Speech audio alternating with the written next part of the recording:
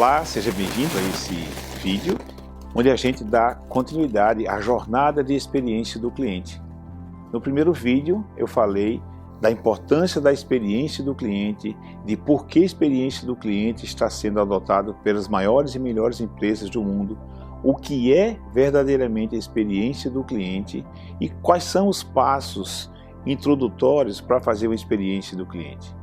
No segundo vídeo, eu falei para você sobre a estratégia de experiência do cliente.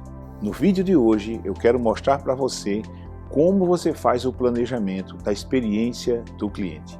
E quando a gente fala de planejamento da experiência do cliente, a gente não pode deixar de citar projeto de serviços.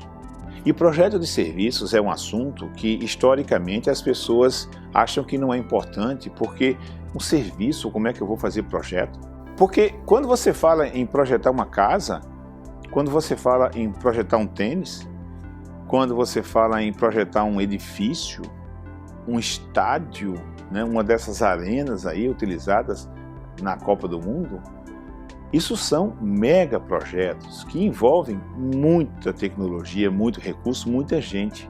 Mas veja, um lanche novo numa lanchonete, um prato novo num restaurante, uma disciplina nova num curso qualquer, ele precisa ser projetado. Porque você precisa especificar, você precisa ter o conteúdo programático, você precisa, no caso do prato, definir quais são os ingredientes, como é que vão ser preparados, né, aqueles produtos, dependendo do insumo, não dá para juntar rapadura com feijão. Mas tem gente que gosta. E o engraçado, né, isso dá certo, dependendo de quanto você se dedica para projetar aquilo. Então, o assunto projeto de serviços é um assunto que, se em algum momento foi colocado em segundo plano, tem cada vez uma importância maior pela complexidade que os serviços e o mundo e a tecnologia têm. E quando a gente fala em projeto de serviços, existe uma metodologia, uma abordagem que é chamada de design de serviços, service design, também conhecida como design thinking de serviços, também conhecida como design de experiência. Então, serviços se projeta assim. Não tem a mesma complexidade que alguns produtos que são projetados como um automóvel, como um navio, como um avião, mas serviços são projetados. E quando a gente vai projetar serviços, você precisa projetar o que e como. O que é o resultado final, é o produto do serviço, e o como é o processo de prestação daquele serviço.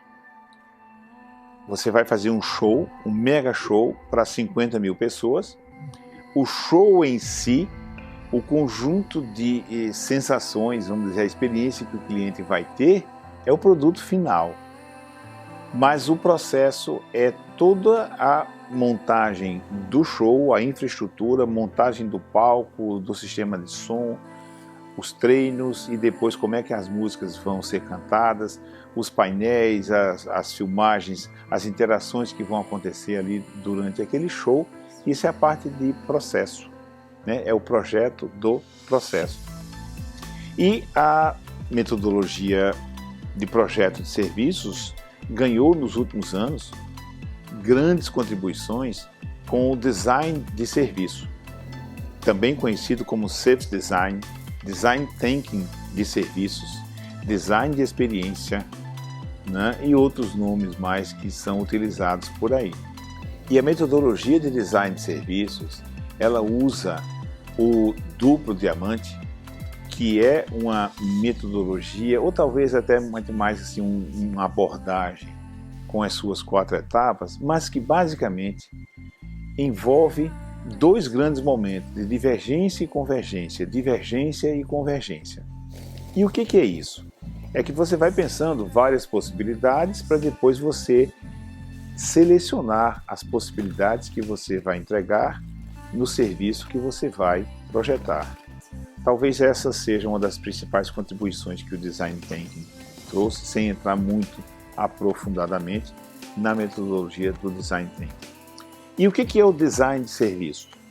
A melhor definição dos principais especialistas sobre isso no mundo dizem que design de serviço é o design thinking aplicado a serviços. Ou seja, aquela abordagem aplicada a situações de serviço por conta da lógica dominante de serviços, por conta da servitização, por conta de que o mundo dos produtos está virando um mundo dos serviços. E o que é isso então? Você começa pensando numa lógica de serviços e não na lógica tradicional de manufatura. A lógica dominante de serviços é você colocar o cliente no centro de atenção, no foco de atenção do negócio. Diferentemente de, por exemplo, o negócio de companhias aéreas, que o centro da atenção é o equipamento. Tudo é desenhado em função de e privilegiando o avião. Quando o avião para, então é uma correria danada para tirar passageiro, colocar novos passageiros e já sair novamente, porque o avião ganha dinheiro quando está voando. Toda a lógica do negócio de aviação é centrada no avião. No caso de saúde, cada vez mais está crescendo a lógica de centrar o foco de atenção no paciente, porque muitas vezes é nas instalações que os hospitais pensam, ou às vezes é nos profissionais que a administração hospitalar costuma dedicar maior atenção. E para fazer o projeto do serviço com o foco de atenção no cliente, vem exatamente o mapa de stakeholders, é uma das ferramentas mais poderosas em que a gente mapeia todos os atores, que vão participar de um processo de prestação de serviço. E no centro de atenção tem o cliente. Para isso, uma ferramenta é a ferramenta de persona, também chamado de canvas de público-alvo, canvas de herói, o canvas daquela pessoa que vai exatamente ali receber o serviço. A persona nada mais é do que você mapear o público-alvo que você vai atender sem usar critérios demográficos, que esse é um equívoco muito frequente. Muitas empresas definem o seu cliente como o meu cliente é cliente A, classe A ou classe B.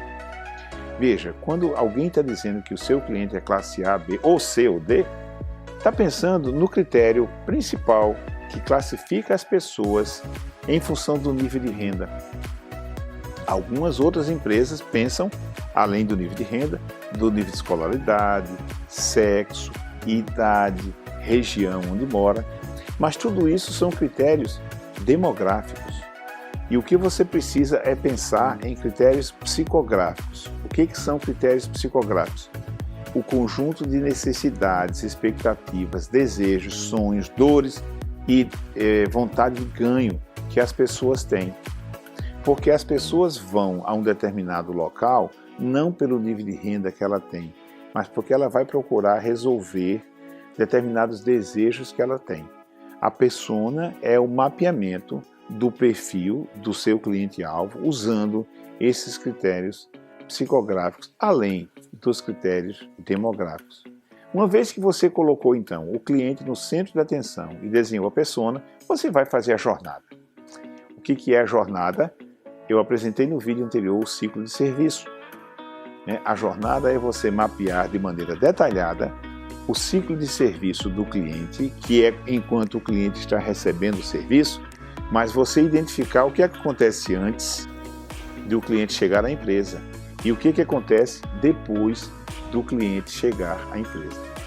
A partir da identificação dessa jornada do cliente, você então vai mapear toda a organização, os processos da organização, os equipamentos, os canais de comunicação, como é que a gente vai interagir, o que a gente vai fazer, o que a gente vai deixar de fazer para colocar o serviço a serviço do cliente.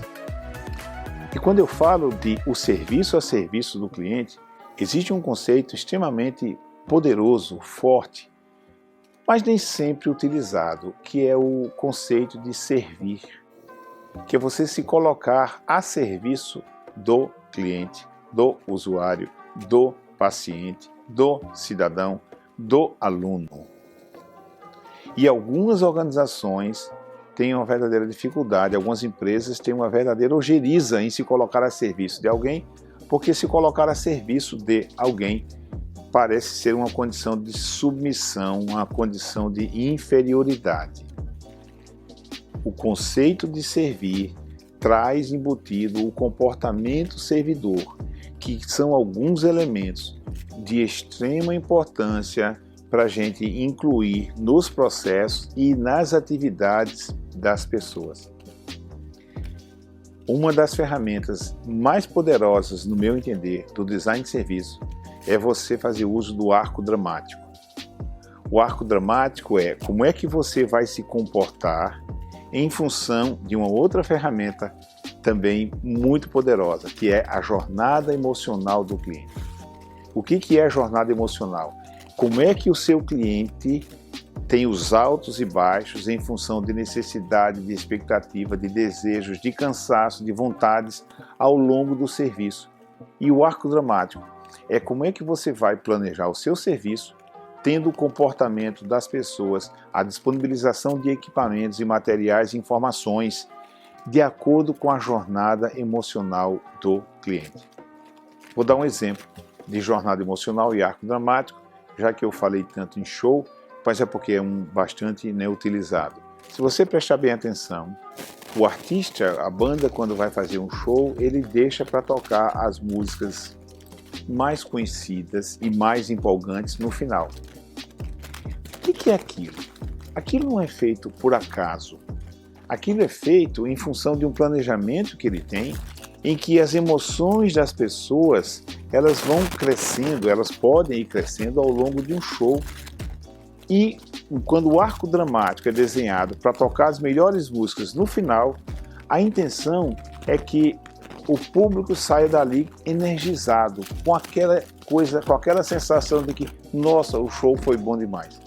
Você já imaginou se no show da sua banda preferida eles tocassem as músicas mais conhecidas no início e no final tocassem meia dúzia de músicas desconhecidas e músicas meio paradas?